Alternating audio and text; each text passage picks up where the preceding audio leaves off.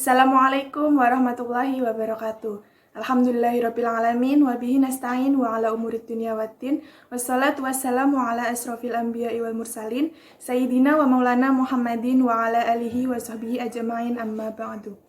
Perkenalkan, nama saya Astianita Ahmad.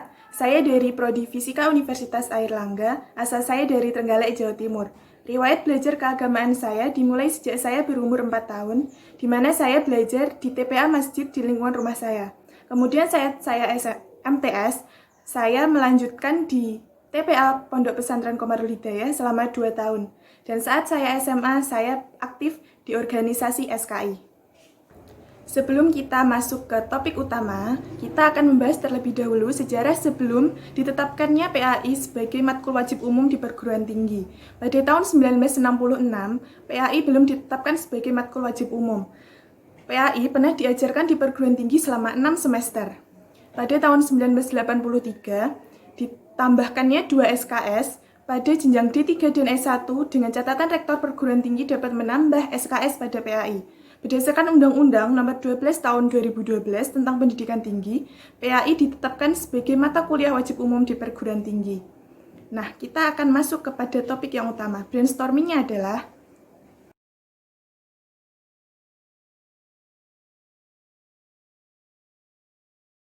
pernahkah kalian mendengar istilah kampus di atas awan atau proyek Menara Gading? Ya, pernah berkembang kritik pedas mengenai eksistensi dan peran nyata perguruan tinggi di dalam masyarakat Indonesia.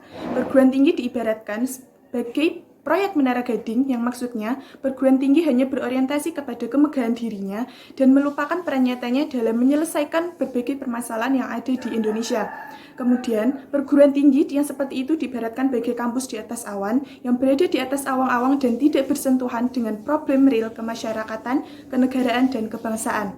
Bila sinyalemen tersebut benar adanya, maka perguruan tinggi dan para mahasiswanya wajib berbenah. Padahal pada kenyataannya, pertama, perubahan di dalam masyarakat berlangsung lebih cepat dibandingkan perubahan di perguruan tinggi. Yang kedua, lulusan perguruan tinggi tidak seluruhnya dapat menghayati problematika yang ada di masyarakatnya. Yang ketiga, jika demikian maka mahasiswa sebagai inti masyarakat akademik di kampus harus memahami problematika tersebut sehingga dapat menjadi alumnus yang memiliki kontribusi positif bagi masyarakat, bangsa, dan negara. Jika kita menelusuri sejarah perguruan tinggi di Indonesia, terdapat 2 pandangan dari para tokoh pendidikan di Indonesia tentang adanya PAI di perguruan tinggi. Pendapat pertama mengatakan perlu diajarkannya PAI di perguruan tinggi sebab perguruan tinggi wajib menjaga keberagaman para mahasiswanya yang belajar di lingkungan kampus. Yang kedua, PAI tidak perlu diajarkan di perguruan tinggi sebab agama merupakan urusan pribadi dan perguruan tinggi tidak berhak untuk ikut campur dalam urusan agama para mahasiswanya. Dari kedua pandangan tersebut, saya lebih setuju kepada yang pertama. Hal ini disebabkan karena untuk terciptanya kehidupan madani di lingkungan perguruan tinggi. Masyarakat madani dikenal sebagai masyarakat yang menerima perbedaan dan mengedepankan toleransi di dalam lingkungan kampus. Hal itulah yang diinginkan ada di dalam suasana lingkungan kampus. Alasan lain pentingnya PAI diajarkan di perguruan tinggi karena PAI memiliki 4 landasan. Yang pertama adalah landasan psikologis.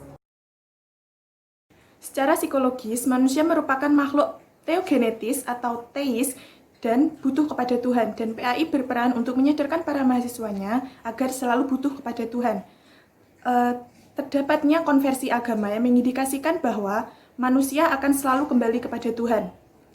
Tidak diajarkannya PAI di perguruan tinggi dapat menyebabkan kadar keagamaan para mahasiswanya menjadi kering dan hidup tanpa adanya motivasi agama.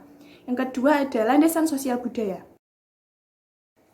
Pada momen-momen sakral di kehidupan masyarakat muslim di Indonesia selalu berikatan dengan kultur agama, budaya, dan sosial yang unik seperti tasyakuran, selamatan, pengajian, tahlilan, dan lain-lain.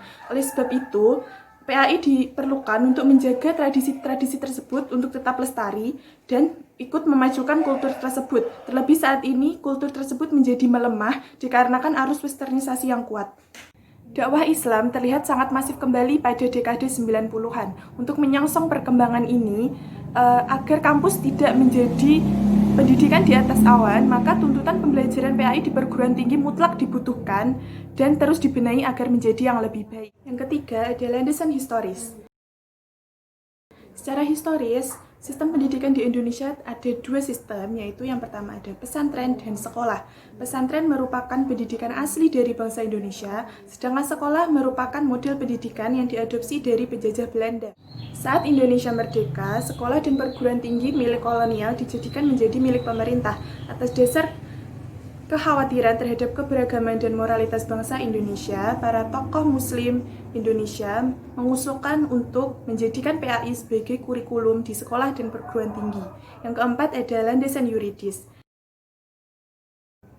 Landasan filosofis PAI berpijak kepada sila pertama dari Pancasila, yaitu ketuhanan yang Maha Esa. Sedangkan landasan yuridis berpijak kepada ketentuan perundang-undangan yang berlaku.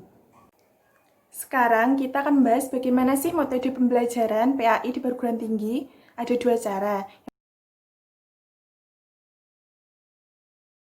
Yang pertama berbasis substansi materi, yang berarti menyuguhkan materi secara luas dan mendalam.